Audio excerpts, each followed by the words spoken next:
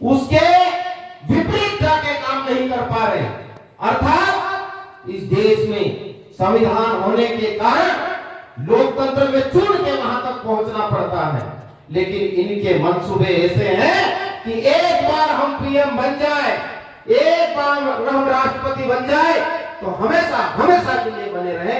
ये लोकतंत्र की प्रक्रिया को खत्म करना चाहते हैं, इसलिए इस देश के संविधान को खत्म करना चाहते हैं। इस देश का संविधान होगा तो मुझ जैसा एक गरीब आदिवासी का बेटा लोकसभा का प्रत्याशी बनेगा और जो पढ़ा लिखा है वो संसद में जाके इनकी छाती पे मूंग जलेगा।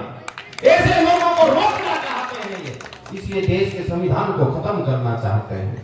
फिर एक जो दलित का बेटा, जो एक समय ऐसा हुआ करता था कि उनके पीछे झाड़ू बंदी होती थी और सामने मटका लटका हुआ करता था कि थूके तो जमीन पे नहीं जाना चाहिए और पैदल चले तो उनके पद के निशान मिट जाना चाहिए। वो लोग या देश के संविधान के बदौलत पढ़ लिख गए, प्रशासनिक रूप से नेतृत्व करने लगे, राजनीतिक रूप से नेतृत्व करने लगे और समानता का अधिकार इस देश के संविधान में प्रस्तावना में लिखा गया है। समानता, स्वतंत्रता और बंधुता की बात जो देश के संविधान में की गई है उसको ये लोग खत्म करना चाहते हैं, इसलिए ये रोकना चाहते हैं, संविधान को बदलना चाहते हैं। लेकिन इस देश का जागरूक युवा मेरे जैसे अकेले पोरलाल करते नहीं, आपके जैसे एक गांव के लोग नहीं, इस देश के कोने कोने से कांग्रेस पार्टी के सिपाही माननीय राहुल गांधी जी के नेतृत्व में तैयार हो चुके हैं। इनके मंसूबों को उनको पानी फेरेंगे, उनके जो इरादे हैं, जो आगे बढ़ रहे हैं, उनको उल्टे पैर से वापस लौटाएंगे हम लोग। तो साथियों, ये तो मैंने देश के संविधान की बात करी, लेकिन इनके कई सारे ऐसे कारनामे हैं, काले कारनामे हैं, लेकिन ये क्या करते हैं, हमको डराते हैं, हमको धमकाते हैं। आप लोग देखिएगा गांव के सरपंच को, ये जो पंचायती राज अधिनियम है ना, हम लोग क्या कर रहे हैं, लोगों के बीच में जाके बात नहीं कर पा रहे हैं और ये लोग झूठ बोलते हैं, बार बार बोलते हैं और कई बार गांव में जाते हैं। पंचायती राज अधिनियम कांग्रेस पार्टी की देन है। ये जो लोकतंत्र का विकेंद्रीकरण हुआ है, सत्ता का विकेंद्रीकरण हुआ है, उसमें कांग्रेस पार्टी की देन है। और लोकतंत्र में चुन के जो सरपंच आता है, ये गलत मंशा की वजह से जो रोजगार गारंटी के जो कानून बने हैं, जो सरपंच के माध्यम से बहुत सारे काम होना चाहिए, खाते में पैसे नहीं डाल रहे हैं। फिर उनकी बात जो नहीं सुनता है, उनकी जाते निकाल रहे हैं और कहते हैं भाजपा में आ जाइए तो रिकवरी नहीं होगी, भाजपा में आ जाइए तो आपकी शिकायत नहीं होगी। और तो और जो व्यापारी है, जो बड़े किसान हैं या सरकारी कर्मचारी है, उनको डराने धमकाने का काम कर रहे हैं। बात यही नहीं रुकती है, ये ईडी के, सीबीआई के, पुलिस प्रकरण के कई प्रकार के कारनामे करके जनता को डराने का, धमकाने का काम कर रहे हैं। लेकिन यहां से हम कहना चाहते हैं, रायगढ़पुरा की धरती से कहना चाहते हैं कि हम कांग्रेस पार्टी के सिपाही हैं, जो पार्टी इस देश को आजाद करवाई है, जिस पार्टी ने इस देश को बनाया है, सुई बनाने से लेकर हवाई जहाज तक को बनाने का काम कांग्रेस पार्टी ने किया है। उनके हम सिपाही हैं, हम डरेंगे नहीं, हम रुकेंगे नहीं, हम झुकेंगे नहीं, हम बिकेंगे नहीं और इनको मुंह तोड़ जवाब देंगे। ये गलत फहमी नहीं है कि अभी तक ये लोग गलत फहमी में जी रहे हैं कि इनको ईंट का जवाब पत्थर से देने वाला नहीं मिला है, इसलिए गलत मंसूबे पे आगे बढ़ रहे हैं। साथियों, इस इलाके में सबसे ज्यादा किसान लोग हैं, मुझे ये भी जानकारी है क्योंकि मैं यहाँ पर टांडा बरोड़ में रहा हूं। आज से 20 साल पहले वड़ा में मैं टीचर था, पैदल जाता था पढ़ाने के लिए। दुबे साहब डालकी के रहने वाले थे, वो मेरे एजेंट थे। तो मुझे ये भी जानकारी है कि यहाँ के किसान जागरूक किसान यहाँ औषधि की खेती की जाती है, धौली मुसली की खेती की जाती है और बड़े लिखे लोगों की यहाँ पर खदान है। 200 से ज्यादा यहाँ पर शिक्षक है, ये भी मेरी जानकारी में है।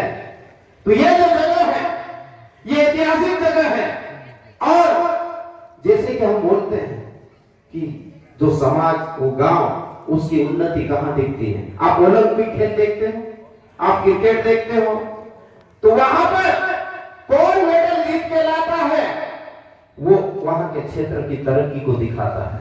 मुझे यह भी जानकारी है, यहाँ की बालिका, यहाँ की नारी शक्ति विदेश में जाके ब्रिज के खेल में इनाम जीत के लाती है। तो इस मंच से तालियों के गड़गड़ाहट से उनको बधाई और शुभकामना देना चाहता हूं। इस गांव की एकता, सामूहिकता, सामूहिक विवाह की भी पहचान है। तो बहुत सारे लोग बोलते हैं कि ये कैंडिडेट को ऐसा ढूंढ के लाए, इनको राजनीति का अनुभव नहीं है, इनको क्षेत्र का अनुभव नहीं है। लेकिन मैं उनको कह देना चाहता हूं, यदि ये नया कैंडिडेट है, ये कमजोर है, तो आपके दिल में खलबली क्यों मच रही है? तो साथियों, मैं तो बात बता रहा था कि ये जो गांव है धार्मिक भी है, सत्संगी भी है, पढ़ा लिखा भी है, खेलकूद में भी आगे है, तो सत्ता परिवर्तन करना भी जानता है। और इसीलिए मुझे ये भी जानकारी है कि विधानसभा के चुनाव हुए, मेरे कद्दावर नेता विधानसभा चुनाव हार गए, लेकिन इस क्षेत्र से हारे नहीं, ये जीते हैं। तालियों की गड़गड़ाहट में उनका स्वागत अभिनंदन करना चाहता हूं। तो मैं किसान की बात कर रहा था कि देश का किसान इस दुनिया को चलाने वाला, सबको अन्न देने वाला, वो अपने अस्तित्व का संकट में पड़ा हुआ है। क्यों? इसलिए कि इन लोगों की गलत नीतियां हैं। आप देखिए, ये देश में 3 काले कानून, कृषि कानून लाने वाले थे, वो तो भले किसान थे, यहां के भी किसान उस लड़ाई को लड़े और दिल्ली में जाके डेरा डाले। उनको रोकने के लिए इन लोगों ने सरिये गाड़ दिए, 2-2, 3-3 फीट के सरिये गाड़ दिए, वहां पर भी इनका मन नहीं भरा। अरे ये तो अन्नदाता है, देश का नागरिक है, इसको भी अपनी हक की लड़ाई लड़ने का अधिकार है। लेकिन जब लड़ाई लड़ने के लिए दिल्ली में जाते हैं न्याय के लिए, तो ये भाजपा के गद्दार लोग गोलियों से उनको भून डालते हैं और 700 से अधिक किसानों की हत्या कर डालते हैं। किसान परेशान है। वो कैसे परेशान है? आपके इलाके में अभी आंधी तूफान आए थे, ओलों की बारिश हुई थी, फसलों की बर्बादी हुई थी। कितने लोगों को मुआवजा मिला? नहीं मिला। मुआवजा मिलता तब भी कितना मिलता? आपकी फसल 1 एकड़ में 60,000, 50,000, 1 लाख, 1.5 लाख की फसल होगी, लेकिन ये लोग सर्वे करते हैं और 1 एकड़ के 2,000, 2,500, 1,100। मैं भी किसान का बेटा हूं, एक बार मेरे भी खेत में ओले पड़े थे तो 300 रुपए मेरे खाते में आए थे, ये भी मुझे जानकारी है। तो इनको किसान के दर्द के बारे में कोई मतलब नहीं है। उनको तो अडानी और अंबानी की चिंता है, उनको तकलीफ नहीं होना चाहिए। वो सांस ले तब भी तकलीफ नहीं होना चाहिए, बैठे तब भी तकलीफ नहीं होना चाहिए, और उनके बिजनेस में भी तकलीफ नहीं होना चाहिए, और बैंक लूट ले, सरकारी खजाना लूट ले, तब भी उनको तकलीफ नहीं होना चाहिए। लेकिन किसान को, जो देश का अन्नदाता है, बिजली देने की बात आती है तो एक उद्योगपतियों को अब 24 घंटे बिजली देते हैं, लेकिन जब किसान अन्नदाता उसको बिजली देने की बात आती है तो मात्र 10 घंटे की बिजली दी जाती है, और उसमें भी बिजली की कटौती की जाती है। और उसमें भी ये कुदरत ने दुनिया बनाई है ना, तो सबको समानता का अधिकार दिया है। देश का संविधान भी उसी अनुरूप बना है। रात को सोने के लिए होता है या जगने के लिए होता है? सोने के लिए होता है। लेकिन ये गद्दार लोग, किसान के विरोधी लोग, ये भाजपाई लोग रात को लाइट देते हैं और उसमें घटना दुर्घटना होती है, हमारे किसान भाई की मौत हो जाती है, उसकी भी कोई खबर नहीं दी जाती है। तो मैं सिर्फ कह रहा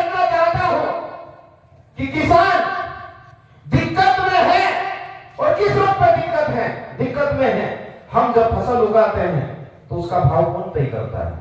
आप तय करते हो या वो मंडी वाला तय करता है? व्यापारी तय करता है। और जब आप बाजार से चीज लाते हो तो आप तय करते हो या वो तय करता है? व्यापारी तय करता है। तो ये तो है ही क्यों चल रही देश में? जब आप सामान बनाते हो तो उसकी कीमत आप तय करते हो, जब फसल हम उगाते हैं तो उसकी भी फसल हम तय करना चाहिए। ठीक है, हमने माना कि आपने तय किया, तो इतना तो ध्यान रखना चाहिए कि हमारी फसल को उगाने में, हमारी फसल की निदाई, गुड़ाई, कटाई, निकालना, बोरे में भरना और मंडी तक ट्रांसपोर्ट करके ले जाना, क्या खर्चा लगा, और उसके बाद में भाव मुनाफा दोनों के तय करना चाहिए। तो वो भी फैसला हमको मंजूर है। लेकिन नहीं, ऐसा नहीं करते आप। आपने कहा कि ये चुनाव में यदि भाजपा की सरकार बन जाएगी तो 2700 रुपए भाव से हम गेहूं खरीदेंगे, न्यूनतम समर्थन मूल्य 2700 रुपए होगा। क्या खरीद रहे हैं आप? नहीं खरीद रहे हैं। लागत तो एक तरफ, आपने जो कहा वो भी नहीं निभा रहे हैं। तो कांग्रेस की सरकार यदि आती है और आएगी, क्योंकि हमारे नेता, हम सबके प्यारे नेता और देश की आम जनता की आवाज, वो आवाज जिसको इलेक्ट्रॉनिक मीडिया, प्रिंट मीडिया ने उनकी आवाज को, गरीबों की आवाज को, किसानों की आवाज को, मजदूरों की आवाज को, कर्मचारियों की आवाज को, टांगे वाले, रिक्शे वाले, ट्रक ड्राइवर, हम्माल, सबकी आवाज को दबाने का प्रयास किया। लेकिन वो मालिक का बंदा निकल पड़ा पैदल यात्रा करके, कन्याकुमारी से कश्मीर तक, मणिपुर से बॉम्बे तक न्याय यात्रा लेके निकला है और उसकी आवाज जन जन तक पहुंच चुकी है। लोगों ने हंसी मजाक उड़ाया था, लोगों ने कई प्रकार की ठिल्लियां उड़ाई थी कि राहुल गांधी जी, आप तो राजा महाराजा के बेटे हो, आप क्या दुख तकलीफ समझोगे, ये जनता आपके साथ में नहीं जुड़ने वाली। लेकिन जब राहुल गांधी जी निकले रोड से तो गलियों में जगह नहीं थी, रोडों पे जगह नहीं थी, सभा में उनको देखने के लिए तांता लगता था। तो ये देश का माहौल अब बदल रहा है। कौन कहता है इस देश में मोदी लहर चल रही है? कौन कहता है फलानी लहर चल रही है? हम कहते हैं कि इस लोकसभा में गरीब किसान के बेटे की लहर चल रही है और इस देश में राहुल गांधी की लहर चल रही है। आने वाले लोकसभा चुनाव में कांग्रेस पार्टी की सरकार बनने जा रही है, हमारे प्रधानमंत्री बनने जा रहे हैं। और जब प्रधानमंत्री बन जाएंगे तो किसानों की बातों पर ध्यान देंगे। वचन पत्र लेके आए हैं, उसमें कहा है कि हमारा किसान कर्ज से दबा हुआ है, चाहे शासकीय हो, चाहे सोसाइटी का हो, चाहे बैंक का हो, चाहे सेठ साहूकार का हो, लेकिन किसान कर्जे के तले दबा हुआ है क्योंकि नीतियां गलत बनी हुई इस देश में। तो कर्ज माफी के लिए स्थायी आयोग की स्थापना कांग्रेस पार्टी करने जा रही है। दूसरी जो बात है कि जो न्यूनतम समर्थन मूल्य की बात है, स्वामीनाथन आयोग की रिपोर्ट के आधार पर यदि लागत जितनी लगी है उस लागत का डेढ़ा समझते हैं ना, कि यदि 10,000 रुपए फसल को उगाने में, पकाने में लगे हैं तो उसका देवड़ा 15,000 रुपए है। तो 15,000 से कम की कीमत फसल की नहीं तय की जाएगी और इसका कानून बनेगा इस देश में। तो ये जो बात कर रहे हैं कांग्रेस पार्टी, ये आम जनता की पार्टी है, किसानों की पार्टी है, मजदूरों की पार्टी है। और इसीलिए एक और चीज सोची उन्होंने, ये तो दाम की बात की, मैं जीएसटी का ऑफिसर रहा हूं, व्यापारी का दर्द समझता हूं, किस तरह से वो करा रहे व्यापारी, लेकिन मजबूरी है, किसी को नहीं पा रहे हैं, है ना। महंगाई बोले 1,000 रुपए लीटर डीजल खरीद लेंगे, लेकिन भाजपा को ही वोट देंगे। हम तो कहते हैं 1,000 दूर की बात है भैया, तुम्हारा जीना मुश्किल हो जाने वाला है। तो जो जीएसटी की बात कर रहा था मैं, कि हम जो फसल बेचते हैं उस पर भी जीएसटी लगा रहे हैं ये लोग, और हम जो खेती किसानी के यंत्र मशीनें खरीद रहे उस पर भी जीएसटी लगा रही है लोग। पर कांग्रेस की सरकार आएगी तो फसल को जीएसटी से मुक्त करेगी, और जो हम ट्रैक्टर और जो जितने भी हम औजार खरीद रहे हैं खेती किसानी के, उसको भी जीएसटी से मुक्त करने जा रही है कांग्रेस पार्टी। दूसरी जो बात है, इन लोगों ने, हमारे जो भैया वहां पे आवाज होनी चाहिए थी आज, क्योंकि जो अच्छे नेता होते हैं ना, आप मुझे ईमानदारी से बताना, भैया के घर जाते हो या भोपाल में बंगले पे जाते हो, कभी भूखे आए हो क्या? ईमानदारी से बताइए, नहीं आए हैं ना। और हमारी जो बात है ईमानदारी से भैया रखते हैं। ऐसे लोगों को सदन में जाने से इन्होंने झूठ बोल करके रोका है। हमारी लाडली माता बहनों को कहा कि हमारी सरकार बनेगी तो अभी तो हम 1250 रुपए खाते में डाल रहे हैं। मामा चिल्ला चिल्ला के बोलते थे।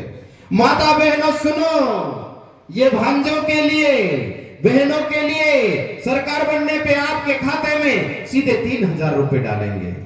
लेकिन जैसे ही सरकार बनी, मामा पिक्चर फिल्म से गाया, पर्दे से गाया। उनने कहा काका जी आए, डॉक्टर मोहन यादव जी, वो तो आपके मामा जी बोल रहे थे। मामा जी हमारी सरकार में नहीं है, हम इस गारंटी को नहीं जानते हैं।